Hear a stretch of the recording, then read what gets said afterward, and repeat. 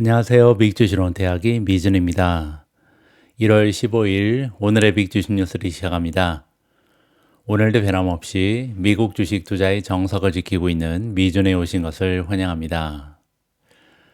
미준 방송을 켰는데 갑자기 웬 깍두기 아저씨가 나왔나 이렇게 생각하시는 분들이 계실 겁니다. 2025년 첫 번째 달의 반이 지나갔습니다. 그래서 제가 개인적으로 올해 초에 여러분들께 공유해드렸던 새해 결심이 있었잖아요. 그래서 새해 결심을 얼마나 잘 지키고 있나 나름대로 반성을 좀 해봤는데요. 마음에 들지 않습니다. 그래서 정신 좀 차려야겠다, 심기일전하자는 마음으로 좀 삭발을 했습니다. 방송 보시는 분들께 좀 불편함을 끼치는 그런 비주얼이 아니었으면 하는 바람을 가져보고요. 이 방송을 함께 해주신 분들 중에서도 혹시 새해 결심이 잘 진행되지 않고 있으면요. 뭐 저처럼 삭발까지 하실 필요는 없고요. 다시 한번 새해 초에 내가 계획했던 여러 가지 결심들을 한 번쯤 복귀하면서 심기일전하셨으면 합니다. 그리고 한 가지 좀 팁을 드리고 싶은데요. 저 같은 경우는 이렇게 저뿐만 아니라 제 아이들과 함께, 제 와이프는 좀 부끄러운지 이걸 만들지 않더라고요. 그래서 우리 아이들하고 저랑 새해 결심을 표로 만들어 놓고 바로 그냥 집에 여기저기 붙여 놓거든요. 이렇게 시각적으로 계속해서 마주하게 되면 아무래도 계속해서 이러한 목표가 있었지라고 자기 자신을 좀 도독이는 역할을 하게 되는 것 같습니다. 그리고 제가 개인적으로 굉장히 커다란 경험 하나가 있는데요. 이 경험을 잠깐 공유해 드리면 좋을 것 같습니다. 지금 화면에는 굉장히 멋진 리조트 호텔 하나가 나와 있죠. 제가 예전에 아코르라는 프랑스 계열의 호텔에서 이제 세일즈 팀장으로 일하고 있을 때입니다. 그때 이제 판촉 팀장으로 일하면서 나중에 내가 총지배인이 되면 이런 호텔에서 한번 일했으면 좋겠다. 그리고 그때 인도네시아의 롬복 섬에 있는 굉장히 멋진 노보텔 하나를 발견해서요. 와이프랑 이 사진을 보면서 이런 호텔에서 나중에 근무하면 얼마나 좋을까, 이런 이야기를 한 적이 있습니다. 그리고 나서 정확하게 5년 이후에 저는 이 호텔의 총지배인으로 부임을 했거든요. 그래서 제가 봤을 때는 꿈은 이루어진다. 그리고 계속해서 꿈을 꾸고요. 시각화하는 것이 너무나 중요하다라는 개인적인 경험을 하게 됐습니다. 이 방송을 함께 해주시는 모든 분들, 여러분들이 원하시는 꿈과 희망이 있다면요. 이러한 꿈을 그냥 생각으로만 보지 마시고 항상 비주얼화 시켜서 눈앞에 펼쳐지게끔 조치를 하시면 언젠가는 그 꿈은 이루어질 거라고 생각을 합니다. 자, 그러면 1월 15일 희망을 안고 시작하는 오늘의 미국 주식 뉴스 바로 시작합니다. 오늘 방송 본격적으로 진행하기 전에 잠시 공시 말씀드립니다. 2025년을 맞이해서 탑픽을 발표하면서 진행됐던 초이스 스탁의 50% 특별 할인 이벤트가요, 이제 3일밖에 남지 않았습니다. 여러분들 제가 설명란 혹은 고정 댓글에 링크를 걸어 놓을 테니까요. 이 링크를 통해서 가입하시면 50% 할인된 가격, 즉 39만 6천 원 가격 대신 20만 원의 가격으로 연 회원이 되실 수 있다는 점 참고해 주시면 좋을 것 같습니다. 초이스 스탁에서는요, 이렇게 국내 고객 전용 그리고 해외 고객 전용으로 결제 시스템을 갖춰서요, 조금 더 쉽게 여러분들께서 멤버가 되실 수 있는 길을 개발하고 있습니다. 많은 분들께서 참여를 해주셨으면 하는 바람을 가져봅니다. 자, 그러면 본격적으로 어제 미국 증시 시황을 정리하도록 하겠습니다. 가장 먼저 S&P 500 맵을 보시면요, 어제는 푸른색이 지배를 하고 있습니다. 상승한 종목의 수가 굉장히 많죠. 떨어진 종목의 수는 굉장히 제한적인데요. 하지만 그럼에도 불구하고 빨간색이 대부분 다 메가테크 기업입니다. 따라서 테크주 위주로 좋지 않은 하락세를 보이는 종목이 많이 발견이 됩니다. 시장의 폭은 굉장히 넓었으나 지수의 상승 추세는 그렇게 크지 않았겠구나, 이렇게 짐작이 가능하겠죠. 자, 그리고 또 한 가지, 이렇게 서태지와 아이들 중에 서태지만 떨어지고 아이들이 상승한다는 얘기는요, 금리 관련해서 좋은 뉴스가 있었겠구나, 이렇게 우리가 짐작을 해볼 수가 있겠죠. 실제로 어제는요, 미국의 생산자 물가지수 PPI가 발표가 됐는데 굉장히 놀랍게도 완화하는 모습을 보였습니다. 여기 그래프를 보시면요, 최근에 이렇게 낮은 PPI가 발표된 적이 없었잖아요. 시장의 전망치는 중간값으로 봤을 때 0.4%의 상승을 예상했는데요. 실제로 뚜껑을 열고 보니까 0.2% 올라가는데 그쳤습니다. 따라서 시장에서는 인플레이션에 대한 우려를 완화시키는데 많은 도움을 받았다. 이렇게 보시면 되겠죠. 자, 물론 오늘 발표되는 CPI가 훨씬 더 중요합니다. 과연 어제 발표된 PPI에 이어서 오늘도 좋은 소식이 전달이 될지 개인적으로 기대감을 가져봅니다. 제가 볼 때는요, 만약에 오늘 발표되는 CPI 역시도 좋은 소식을 시장에 전달해 주게 되면 적어도 단기적으로는 이제 바닥을 찍고 상승 추세로 접어들지 않을까 전환점이 될 수 있다. 이렇게 기대를 하고 있고요. 반면에 CPI가 PPI와의 달리 좋지 않은 뉴스를 전달하게 되면 그때는 이제 시장이 드디어 10% 정도 떨어지는 조정에 접어들 수 있다. 이렇게 우리가 양분된 길을 계산해 볼 수가 있을 것 같습니다. 과연 미국 증시는 어느 쪽으로 흘러가게 될지 오늘 발표될 CPI에 많은 관심을 가지고 기다려 볼 필요가 있을 것 같습니다. 다음에는 S&P 500의 시장 폭입니다. 어제도 시장 폭이 많이 넓어졌겠죠. 이제는 23.85까지 올라갔습니다. 물론 아직까지는 S&P 500을 구성하는 500대 기업 중에 4분의 1도 되지 않는 종목이 상승 추세에 있긴 합니다. 하지만 장기적으로는 55%가 상승 추세에 있기 때문에 단기적으로는 추세가 좋지 않은 종목이 많으나 아직까지는 대세 상승장에는 문제가 없다. 이렇게 우리가 진단을 해도 좋을 것 같습니다. 변동성 지수는 조금 떨어졌습니다. 보시는 것처럼 18.71로 하락을 했고요. 아직까지는 200일 이평선 위쪽에 위치해 있습니다. 이 수치도 계속해서 떨어지기를 바람해 봅니다. 다음에는 피어 앤 그리드 인덱스고요. 어제랑 별로 변화가 없죠. 아직까지는 27에 머물러 있기 때문에 시장에서는요, 공포감을 완전히 떨쳐내지는 못하고 있습니다. 그 얘기는 결국은 CPI가 가장 중요하고요. CPI 결과에 따라서 시장의 센티먼트가 결정이 날 것이다. 이렇게 보면 되겠죠. 초이스 스탁에서 제공하는 마켓스코어 역시도 아직까지는 불안 단계에 머물러 있습니다. 하지만 불안해서 이제 보통으로 넘어가기 바로 직전 단계에 있죠. 따라서 어떻게 보면 공포탐욕 지수보다 조금 선행하는 마켓스코어가 좋은 긍정적인 모습을 보이기 시작했다. 이렇게 보시면 되겠죠. 다음에는 미준 탑픽의 성적입니다. 어제는 절반은 상승하고 반 정도는 떨어졌는데요. B2가 가장 좋았습니다. 비트코인을 추종하는 레버리지를 쓰는 ETF죠. 5.74% 상승하면서 51.93을 찍었고요. 두 번째로 비스트라가 5.17% 올라가면서 최근에 가장 강력한 모멘텀을 자랑하고 있습니다. 세 번째로 비트코인이 1.88% 추가적으로 상승하면서 97,280에 가 있고요. 앱 러비니 플러스 1.71, 팔란티어 플러스 1.43, 크레도 테크놀로지 플러스 0.51, 제타 플러스 0.17, 타이완 세미컨덕터 0.04% 소폭으로 상승했습니다. 나머지 종목은 하락했는데요. 브로드컴이 0.26% 소폭으로 떨어졌고요. 아마존이 마이너스 0.32, 마이크로소프트 마이너스 0.36, 알파벳 마이너스 0.71, 엔비디아 마이너스 1.10, 테슬라 마이너스 1.72, 마지막으로 메타가 2.31% 가장 많이 하락세를 보였습니다. 오늘 첫 번째로 준비된 기사는 채권 금리에 관련된 글을 준비했습니다. 최근에 미국 증시를 좌지우지하는 것은 채권 금리잖아요. 채권 금리가 올라가면 주식은 떨어지고 채권 금리가 조금 둔화되는 모습을 보이면 증시가 달리는, 따라서 채권 금리가 완전히 주도권을 행사하고 있다, 이렇게 볼 수가 있거든요. 이번 기사의 제목을 보시면 채권 금리 너무 걱정할 필요 없다, 이러한 긍정적인 기사가 발견이 됐는데요. 어떤 내용인지 설명을 좀 해드리도록 하겠습니다. 글로벌 팬데믹 이후 주식시장 투자자들은요, 지속적으로 높은 인플레이션과 이에 따른 고금리, 그리고 경기 침체를 가져올 수익률 곡선 역전이라는 시장 논평에 시달려왔다. 여러분들 아마 기억하실 겁니다.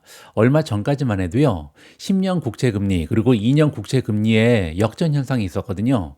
통상적으로 제가 항상 말씀드리지만 국채라는 것은요, 미국 정부의 돈을 꿔주는 겁니다. 그래서 내가 가지고 있는 돈을 10년간 꿔주면 이자율이 2년간 꿔주는 것보다 훨씬 더 높아야 정상이잖아요. 그런데 굉장히 이상하게도 최근까지도 이런 역전 현상이 일어났었습니다. 그리고 이렇게 단기 국채의 금리가 장기 국채 금리보다 더 높은 현상이 지속되게 되면요, 미국 경제가 리세션에 빠질 확률이 굉장히 높다. 역사적으로 그런 통계가 있다. 그렇기 때문에 이러한 근거를 가지고 미국 증시의 폭락을 예상하는 전문가들이 굉장히 많이 있었죠. 하지만 이번에는 그러한 전망이 어떻게 보면 어긋났다, 이렇게 보시면 되고요. 그리고 최근에 차기 행정부의 무역 관세 위협으로 인해서 인플레이션에 대한 기대감이 다시 부상하고 있습니다. 그러면서 이제 사람들이 슬슬 채권 금리에 많은 관심을 가지기 시작했다. 이렇게 보시면 되겠죠. 연준은 최대 고용과 물가 안정이라는 두 가지 임무에 따라서 연방기금 정책금리를 조정합니다. 여기 나와 있는 연방기금 정책금리가 바로 기준금리죠. 따라서 기준금리를 결정할 때는요, 딱 두 가지만 생각하면 된다는 거죠. 하나는 물가를 안정시키는 거, 또 하나는 최대 고용입니다. 고용시장을 부양하는 거죠. 자, 그런데 지금 현재는 고용시장이요, 매우 낮은 실업률을 보이면서 타이트하다라고 표현될 정도로 상당히 강세를 보이고 있습니다. 따라서 연준 입장에서는 두 가지 임무 중에 지금 고용시장은 걱정거리가 좀 없는 편이죠. 따라서 물가 안정에만 신경을 쓰면 되는 그런 입장이다. 이 부분을 우리가 이해할 필요가 있다라고 생각하시면 됩니다. 자, 일단은 먼저 수익률 곡선의 짧은 끝, 즉 2년 만기 수익률에 대한 이야기를 들어볼 텐데요. 자, 여기 차트를 보시면 현재 진한 파란색으로 표시된 세인트루이스 연준 프레드 데이터베이스의 2년 인플레이션 기대치입니다. 인플레이션 기대치라는 것은 뭐냐면요, 향후에 2년 동안 인플레이션이 어느 정도까지 올라갈 것인가, 그러니까 지금 투자자들이 가지고 있는 심리를 측정하는 겁니다. 그리고 또 한 가지, 여기 보시면 빨간색은요, 2년 만기 국채 수익률이다, 이렇게 보시면 되는데요. 자, 굉장히 선명하게 우리가 같이 움직인다는 것을 볼 수가 있잖아요.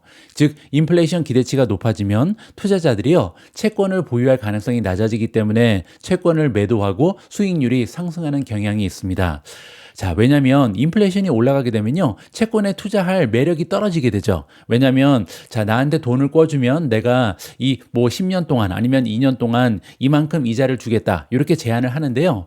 그 이자를 받았을 때 만약에 물가 상승이 더 높으면 오히려 내가 꿔준 돈의 가치가 떨어지게 되잖아요. 따라서 사람들 입장에서는 더 높은 이자를 주지 않으면 채권을 살 확률이 없어지는 거죠. 따라서 인플레이션 기대치 그리고 채권의 수익률은 함께 움직이는 양의 상관관계다, 이렇게 보시면 됩니다.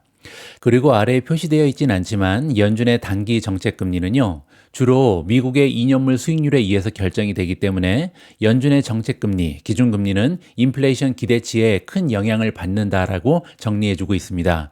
자, 따라서 세 가지가 함께 움직인다는 거죠. 첫 번째는 2년간 인플레이션이 어떻게 변화할 것인가, 2년간의 인플레이션 기대치고요.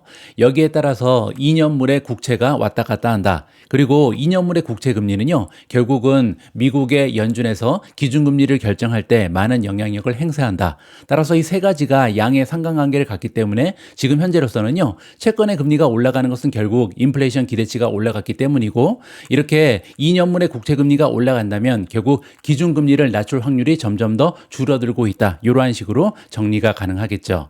자, 이번에는요, 미국의 10년물 수익률을 파란색으로 표시하고요, 2년물 수익률과 오버레이 했습니다. 자, 여기 보시는 것처럼 까만색으로 표시된 선이 2년 국채 금리고요, 그리고 파란색이 10년물의 국채 수익률입니다. 자, 여기 보시면요, 파란색보다 까만색이 위에 올라와 있잖아요. 자, 그 얘기는 단기 국채의 수익률이 장기보다 오히려 높았다. 이게 그 유명한 장단기 국채 금리의 역전 현상입니다. 자, 하지만 이러한 국채금리의 역전 현상이 이제 해소가 되고요, 결국은 10년물이 더 많은 수익률을 제공하고 있다. 이거는요, 어떻게 보면 경제가 정상화되고 있다는 긍정적인 신호로 우리가 이해해도 좋을 것 같습니다. 자, 이번에는 2년물 수익률 그리고 10년물 수익률의 기술적인 분석을 해보자고 합니다. 자, 왼쪽에 있는 그래프를 보시면요, 2년물 수익률의 피보나치 되돌림 저항선을 계산해 보니까 4.46% 바로 위에 위치해 있다고 합니다. 지금 금리 인하가 예상되는 시점이 7월 30일까지 연장이 되고 있습니다. 그 얘기는 앞으로 7월 30일 이전에는 추가적인 기준금리의 인하가 없을 것이다, 이렇게 지금 시장에서 기대를 하고 있거든요. 따라서 2년물 수익률은 이 저항선을 유지할 것으로 우리가 예상을 해볼 수가 있겠죠. 따라서 4.46 이상으로 올라가지 않을 것이다, 이러한 기술적인 분석으로 보시면 되고요. 오른쪽에 나와 있는 것은 10년물 수익률의 차트인데, 여기는요 4.98%의 강력한 저항선이 있다, 이렇게 보시면 됩니다. 정고점이죠. 따라서 4.98% 근처까지는 올라갈 가능성이 있지만 이 이상으로 추가적으로 올라가지는 않을 것이다. 물론 이제 만약에 4.98을 뚫고 5%를 넘어버리면 굉장히 심각한 문제다, 이렇게 우리가 이해를 하면 좋을 것 같습니다. 10년물 수익률에서 2년물 수익률을 빼면 그 유명한 수익률 곡선이 나옵니다.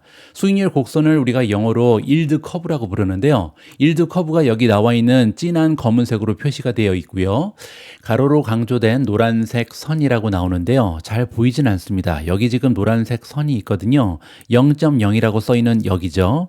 자, 이 아래로 수익률 곡선이 떨어졌다는 것은요. 장단기 국채의 역전 현상이 일어났다라고 보시면 됩니다. 그 기간을 보면 2022년 중반부터 해소된 것이 2024년 중반이죠. 따라서 무려 2년 동안 장단기 국채의 금리가 역전돼 있었다. 이렇게 보시면 됩니다. 그리고 최근에는 드디어 이 역전 현상이 해소가 되고 정상적으로 수익률 곡선이 플러스로 돌아섰다라고 이해가 가능하겠죠. 수익률 곡선이 노란색 선 아래에 있으면 경제가 약화되고 있으며 경기 침체가 예상되는 것으로 볼 수가 있고요. 수익률 곡선이 0을 넘어서 플러스로 가 있으면 경제가 회복 중이며 건설적인 위치에 있는 것으로 간주가 된다. 따라서 수익률 곡선이 플러스로 돌아선 것은 경제에 굉장히 긍정적인 신호다. 이렇게 얘기하는 거죠. 자, 그리고 나서 여기에다가 S&P 500의 움직임을 오버레이 겹쳐서 보면요. 굉장히 흥미롭죠. 코로나19로 인해서 저점을 찍은 이후에 S&P 500 지수는요. 수익률 곡선의 방향을 따르고 있다. 이 현상을 우리가 발견해 볼 수가 있습니다. 물론 이제 시기가 약간 틀리긴 한데요. 올라갈 때는 같이 올라가고 떨어질 때 같이 떨어지는 경향이 있죠. 따라서 수익률 곡선이 올라가는 것은 결국은 미국 증시에 굉장히 긍정적인 미래를 예측해 준다. 이러한 식으로 정리가 가능할 것 같습니다. 자, 그리고 한 가지 그래프가 더 나오는데요. 여기에서는 S&P 500을 성장주와 가치주로 나누어서 어떤 부분이 조금 더 성적이 좋은가 이걸 비교하는 겁니다. 자, 빨간색으로 표시가 되어 있는데요. 이 빨간색이 0 밑으로 떨어지게 되면 가치주가 더 잘하고 있다. 그리고 여기에 있는 0 이상으로 올라가게 되면요. 성장주가 더 좋은 성과를 내고 있다. 이렇게 보시면 됩니다. 자, 그런데 지금 이 두 가지의 선을 비교해 보니까 이 까만색은 지금 수익률 곡선이거든요. 수익률 곡선이 떨어지게 되면 성장주도 역시 성적이 떨어집니다. 그리고 수익률 곡선이 올라가게 되면 성장주의 성적이 향상된다. 이렇게 볼 수가 있겠죠. 따라서 우리가 투자하고 있는 성장주, 즉 테크주는요. 수익률 곡선이 상승하게 되면 동반 상승하는 양의 관계가 있다는 것을 여기서 우리가 확인해 볼 수가 있는 거겠죠. 자, 그러면 위에 나와 있는 여러 가지 기술적 분석 내용을 깔끔하게 정리해 보도록 하겠습니다. 일단 가장 중요한 부분은 결국 인플레이션 기대치였습니다. 2년물도 그렇고요. 10년물 국채 모두 인플레이션 기대치와 긴밀한 양의 상관관계가 있음을 우리가 파악해 볼 수가 있죠.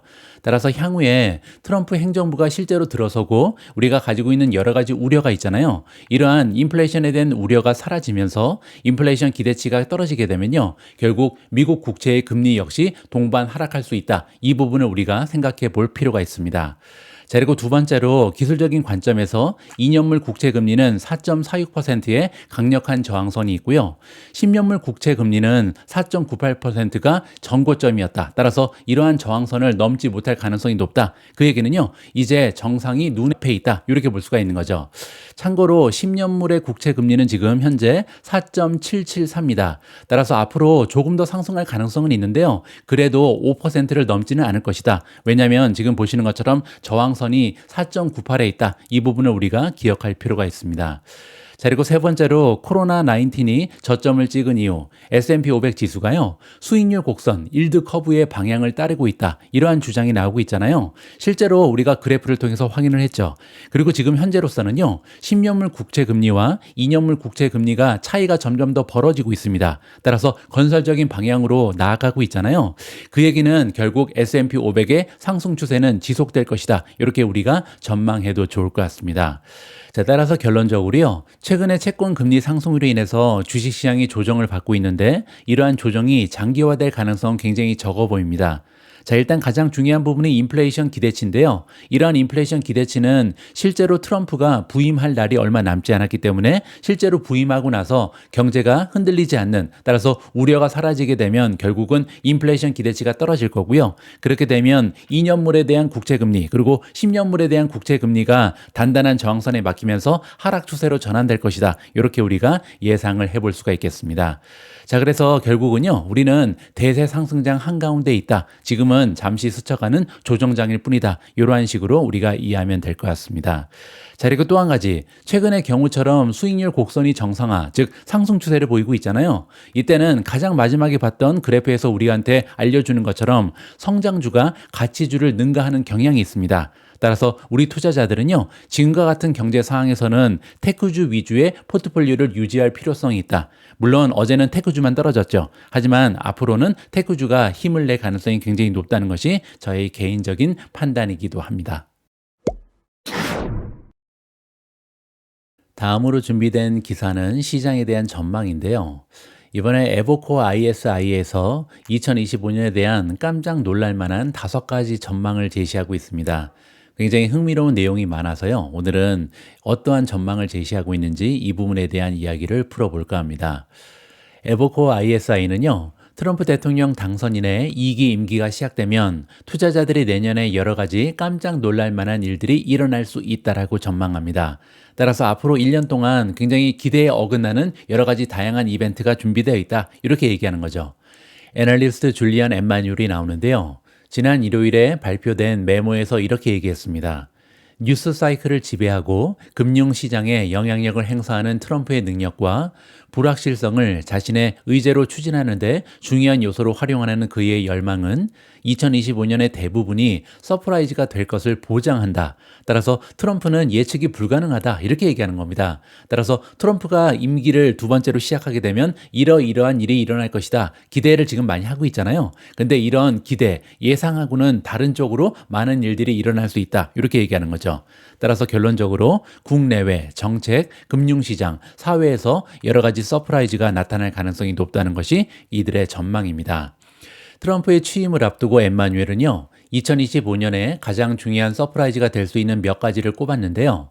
그 중에서 다시 한번 큰 폭의 상승세를 보이는 종합주가 지수가 포함되어 있다. 이 얘기는요, S&P 500 지수가 큰 폭으로 다시 한번 상승할 것이다. 이게 포함되어 있다는 거죠.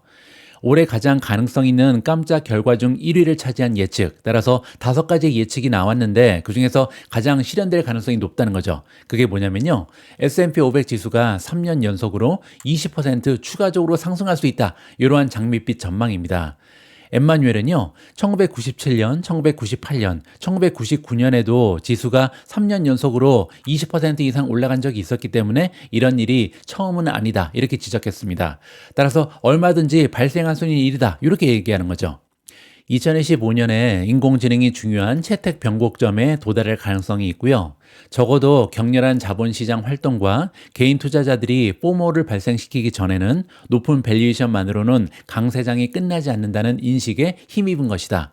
자, 이 얘기가 뭐냐면요, 지금 현재는 인공지능이 제대로 시작도 안 했다는 거죠. 결국은 변곡점이 가까워지고 있다. 이 얘기는 점점 더 많은 기업들이 인공지능으로 매출을 증대시키고 또 수익을 극대화할 수 있는 효율성이 올라갈 것이다. 이렇게 예측을 하고 있는 거고요. 또 한 가지는 뭐냐면 지금 현재 주시장의 모습을 보면요, 굉장히 이성적입니다. 주가가 많이 올라가면 지속적으로 주가가 조금씩 하향 조정되기도 하고요. 아까 공포 탐욕 지수를 봐도요, 굉장히 좀 건강한 모습이죠. 왜냐하면 공포감으로 떨어졌잖아요. 주가가 올라갔다 떨어졌다, 올라갔다 떨어졌다, 계속해서 좀 극적인 탐욕에 이르지 않는 모습을 보여주고 있습니다. 자, 따라서 지금은요, 시장이 굉장히 합리적이고 이성적인 수준을 유지하고 있다. 따라서 시장이 완전히 미쳐버리기 전에는 강세장이 끝나지 않을 가능성이 높다. 이렇게 얘기하는 거죠. 자, 그리고 또 한 가지, 상승세가 34.7%다. 이렇게 얘기하고 있는데요. 이 얘기는 뭐냐면 2023년에는 24%, 2024년에는 23% 올라갔잖아요. 2년을 합쳐보면 아직까지는 34.7% 올라가는데 그쳤다. 이렇게 얘기하는 거죠. 자, 따라서 우리가 보통 시장을 비이성적인 과열 상태로 정의하는 데 필요한 60% 기준에서 아직까지는 한참 더 남았다. 따라서 한 60% 가까이 올라가야 그때서야 지금은 좀 비이성적이다. 주식을 팔아야 된다. 이렇게 지금 얘기를 하는 거죠. 따라서 주가는요, 2025년에 다시 한번 20% 이상 치솟을 수 있다. 이렇게 전망을 제시하고 있습니다. 자, 이러한 전망을 바탕으로 엠마뉴엘은요, 추천 주식까지도, 우리가 관심을 가져야 되는 추천 주식까지도 제시를 하고 있습니다. 자, 그러면 이러한 추천 주식을 어떻게 선정했는지 설명을 좀 들어보면요, 일단은 인공지능 관련 주식입니다. 특히 3분기 실적 발표에서 인공지능을 언급했고요. 실적에 긍정적인 반응을 보였던 러셀 3000 기업 중 따라서 시가총액 기준으로 1등부터 3000등 안에는 들어야 된다. 이렇게 보시면 되겠죠. 자, 그리고 2025년 주가 수익 비율, 즉 PER이 5년 평균 선도 주가 수익 비율보다 할인된 가격에 거래돼야 된다. 따라서 PER이 지금 현재 5년 평균보다는 낮은 수준에 있는 기업만 선정을 했다. 이렇게 보시면 되죠. 자, 그리고 또 한 가지, 에버코어 ISI의 S&P 500 주당 순이익 성장률 전망치가 9.6%인데요. 이 9.6%보다 올 한 해 동안 성장률이 더 높을 것으로 기대되는 이러한 주식만 선정을 했다라고 합니다. 자, 이렇게 까다롭게 여러 가지의 기준을 통해서 필터를 해보니까요. 남아 있는 기업들은 첫 번째로 AI 대명사 엔비디아가 통과를 했고요. 자, 그 밖에도 T모바일, 엔터테인먼트 회사인 디즈니, 그리고 온라인 여행사인 엑스페디아, 마지막으로 오디오 스트리밍 업체인 스포티파이 정도가 통과를 했다라고 추천을 해주고 있습니다. 자, 두 번째 놀라움을 보도록 하겠습니다. S&P 500의 주당 순이익 추정치가요. 현재 추정치인 274달러, 그리고 전년 대비 성장률 14.6%에서 떨어지지 않을 것이다. 자, 이 얘기는 굉장히 중요합니다. 주가는요, 실적 곱하기 멀티플이잖아요. 지금 현재 2025년에 대한 주당 순이익 추정치가요, 무려 274달러입니다. 그 얘기는 작년 결과에 비해서 무려 14.6% 올라갈 것이다. 이러한 전망이 제시되고 있는데요. 자, 만약에 밸류에이션이 꿈쩍 않고 그대로 유지가 된다면 결국 주가도 15% 가까이 올라갈 수 있는 거죠. 따라서 S&P 500의 주당 순이익 추정치가 유지되는 것은 굉장히 중요합니다. 이렇게 높은 전망치가 유지가 되거나 더 올라갈 가능성도 있다. 이게 두 번째 전망이라고 보시면 될 것 같습니다. 자, 이러한 전망의 근거를 들어봐야겠죠. 엠매뉴얼에 따르면 경제 성장률이 예상치를 웃돌 가능성이 있다. 이렇게 예상하고 있고요. 또 한 가지, 해외에서 달러 강세가 완화될 것이다. 지금 현재 달러가 너무나 강세를 보이고 있는데요. 그렇게 되면 특히 메가테크 기업 같은 경우는 좀 달러 때문에 손해를 봅니다. 왜냐하면 다른 나라에서 수익을 만들어서 이거를 미국 달러로 환전을 하잖아요. 이때 매출이 많이 줄어들 가능성이 높죠. 따라서 이러한 점을 생각해 보면 결국은 달러 강세가 완화되게 되면 마진이 1년 더 높은 수준이 유지될 가능성이 높고요. 그렇게 되면 EPS 추정치가 떨어지지 않을 것이다. 이러한 논리가 성립하게 됩니다. 자, 그리고 이렇게 경제 성장률의 예상치를 웃돌고요. 특히 해외에서 달러 강세가 완화되게 되면 S&P 500에 속해져 있는 500대 기업 중에 서태지를 제외한 나머지 493개 종목에 매우 좋은 소식이다. 그렇게 되면요, 결국 이들은 챗GPT가 세상에 소개된 이후 처음으로 매그니피선트 7을 능가할 가능성이 있다. 이렇게 예상을 밝히고 있습니다. 자, 그 얘기는요, 지금부터는 매그니피선트 7보다 나머지 종목들의 성적이 더 좋을 수도 있잖아요. 그러면 스파이, SPY라는 ETF를 사는 것보다는 결국은 RSP에 투자하는 것이 더 낫다. RSP는요, 인베스코 S&P 500 Equal Weight ETF입니다. 500대 기업의 비중을 똑같이 균등하게 나누어서 투자하는 ETF다. 이렇게 보시면 되겠죠. 자, 그 밖에도 세 번째 전망은요, 중국이 올해 최고의 실적을 거둘 수도 있다. 이렇게 깜짝 예상 시나리오를 밝히고 있고요. 네 번째는 WTI 오일 가격이 배럴당 65달러 이하로 떨어질 것이다. 그리고 마지막으로 다섯 번째는요, 공포지수가 2017년의 상황처럼 굉장히 낮은 수치를 유지할 가능성이 높다. 이렇게 다섯 가지의 깜짝 놀랄 만한 전망을 제시하고 있습니다. 참고하시면 좋을 것 같습니다. 자, 다음에는 종목 얘기로 넘어갑니다. 제프리즈라는 투자기관에서요, 엔비디아를 능가할 수 있는 AI 수혜주 두 종목을 추천하고 있습니다. 과연 어떤 종목이 추천되고 있는지 이번 기사를 통해서 확인해 보시죠. 브로드컴 그리고 마벨 테크놀로지는요, 새해에 엔비디아보다 더 큰 이익을 줄 수 있다라고 제프리즈가 주장하고 있습니다. 애널리스트 이름은 블레인 커티스고요. 블레인 커티스에 따르면 블랙엘 램프의 벼랑 끝에 있는 엔비디아를 계속 좋아한다. 따라서 블랙엘이 대량 생산되기에 바로 직전이잖아요. 따라서 지금 시기적으로 봤을 때 엔비디아에 투자해야 되는 시기는 맞습니다. 하지만 맞춤형 실리콘에 대한 수요 증가의 물결을 타고 있는 브로드컴 그리고 마벨 테크놀로지의 상승 여력이 엔비디아보다 오히려 더 클 것이다. 이러한 전망을 제시하고 있습니다. 블레인 커티스는요, 인공지능이 후반 이닝에 접어들더라도 여전히 기회가 있을 것으로 예상하고 있고요. 그는 인공지능 이외의 분야는 아직까지 사이클의 초기 단계다. 이렇게 예상을 밝히고 있습니다. 이 얘기는 뭐냐면요. 지금 과거 한 2, 3년 동안 반도체 중에 AI 수혜주만 달렸잖아요. 따라서 이제는 후반 이닝에 접어들고 있는데 그래도 계속 AI 수혜주가 좋다. 이러한 의견으로 해석이 가능하겠죠. 나머지 분야, 즉 PC라든지 아니면 스마트폰에 들어가는 반도체는 아직까지는 초기 단계에 불과하다. 이제 막 달리기 시작할 것이다. 어떻게 보면 바닥을 다지고 있다. 이러한 식으로 해석이 가능합니다. 그는 브로드컴이 가장 커다란 상승 여력이 있다 이렇게 보고 있습니다. 따라서 브로드컴, 마벨 테크놀로지 두 종목을 선정했는데 그중에서도 브로드컴이 탑픽이다 이렇게 얘기하는 거죠. 그 이유는 뭐냐면요. 강력하고 성장하고 있는 고객 기반이 있기 때문이다. 따라서 브로드컴이 최고의 주식이다 이렇게 이유를 밝히고 있습니다. 그는 또한 AI 관련 주식이요. 아날로그 반도체라든지 반도체 자본 장비, 즉 세미캡 종목을 계속 능가할 것이다 이렇게 예상을 밝히고 있습니다. 그에 따르면요, 최근에 자동차 또는 산업 분야의 제한된 회복을 시사하는 논평으로 인해서 아날로그 반도체는 여전히 어려운 상황이다. 따라서 자동차라든지 산업 분야는 조금씩 회복을 하고 있지만 굉장히 제한적이라는 거죠. 그리고 올해 중반까지 회복세가 이어질 것이다. 천천히 회복할 것이다. 라고 해석할 수 있습니다. 반도체 장비 종목은 추정치를 재설정할 필요가 있지만 2024년 하반기에 주가가 많이 하락했고요. 투자자들이 아날로그보다는 먼저 이 종목에 관심을 보일 것으로 보인다라고 논평을 하고 있습니다. 자, 그리고 브로드컴 외에도요. 아마존의 트레이니엄2 칩 출시로 혜택을 받을 수 있는 마벨 테크놀로지를 엔비디아보다 더 커다란 상승 잠재력을 가진 두 번째 주식으로 선정했습니다.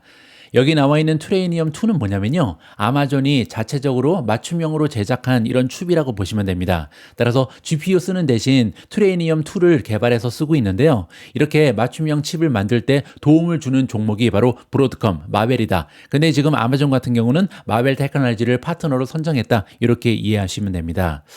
엔비디아가 한 해 동안 또 한 번의 강세를 보였음에도 불구하고 제프리즈는요, 역사적으로 신제품 출시가 엔비디아 주식을 보유하기에 적절한 시기였다. 이 부분을 지적하고 있습니다. 따라서 AI 기업에 대해서 여전히 낙관적인 전망을 내놓고 있다. 자, 이 부분은 제가 한 두 달 전에 여러분들께 공유해드린 적이 있는데요. 예전에 호퍼 칩이 처음 나왔을 때, 그때도 엔비디아가 굉장히 많은 조정을 겪었었죠. 그때는 조정이라기보다는 사실 폭락을 했었습니다. 그리고 나서 호퍼 칩이 대량 생산되면서 갑자기 이제 매출이 갑자기 증가하잖아요. 그러면서 이제 주가가 신나게 달리기 시작하죠. 따라서 지금은 역사적으로 봤을 때 신제품 출시를 앞두고 있기 때문에 신제품이 본격적으로 팔리기 바로 직전이기 때문에 엔비디아에도 우리가 투자를 해야 된다. 이렇게 우리가 이해하면 될 것 같습니다. 또한 그는 블랙엘 지연 그리고 4월 에어포켓에 대한 소문은 과장된 거고요. 여전히 폭발적으로 증가하는 AI 지출의 대부분을 엔비디아가 차지하고 있다라고 마무리해주고 있습니다.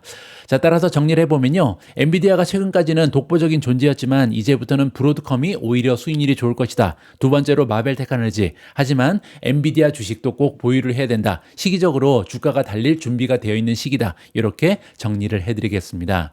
자, 그중에서 탑픽으로 선정된 브로드컴의 분석을 잠깐 해보겠습니다.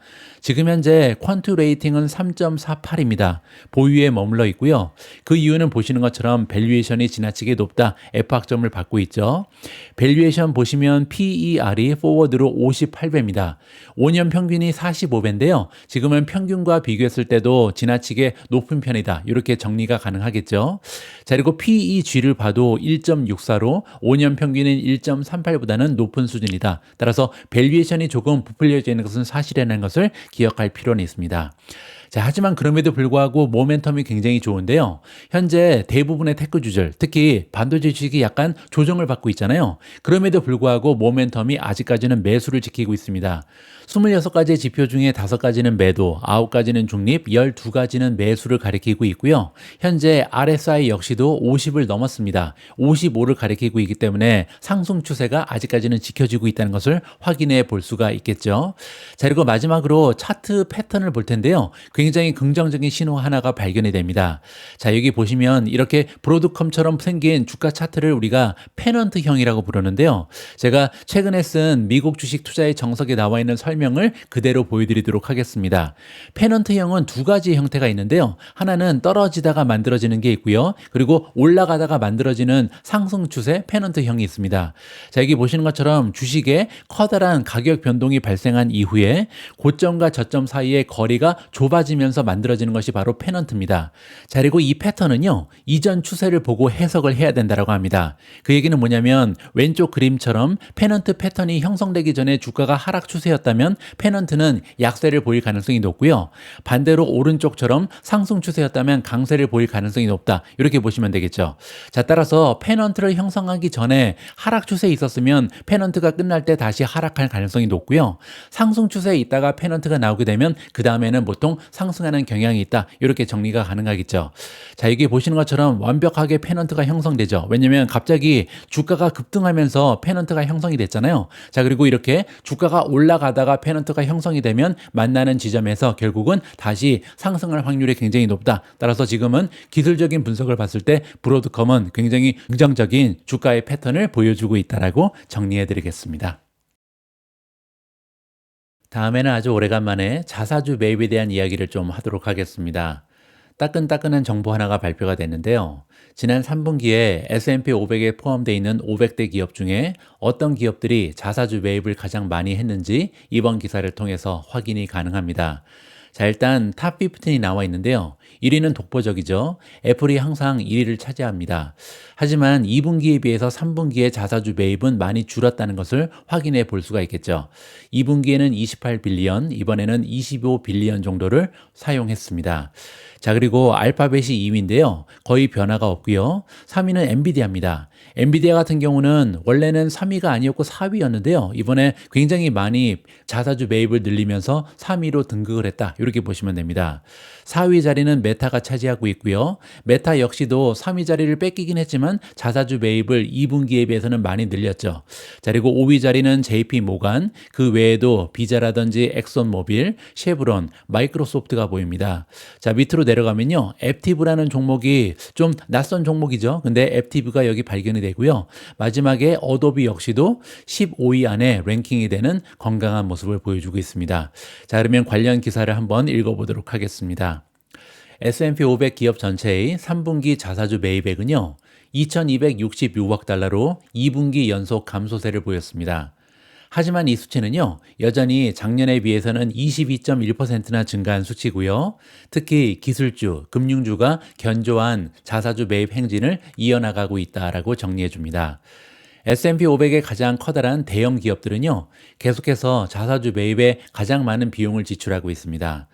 S&P 500 상위 20개의 기업이 2024년 3분기 자사주 매입한 금액은요, 전체 금액의 무려 53.2%를 차지하고 있습니다.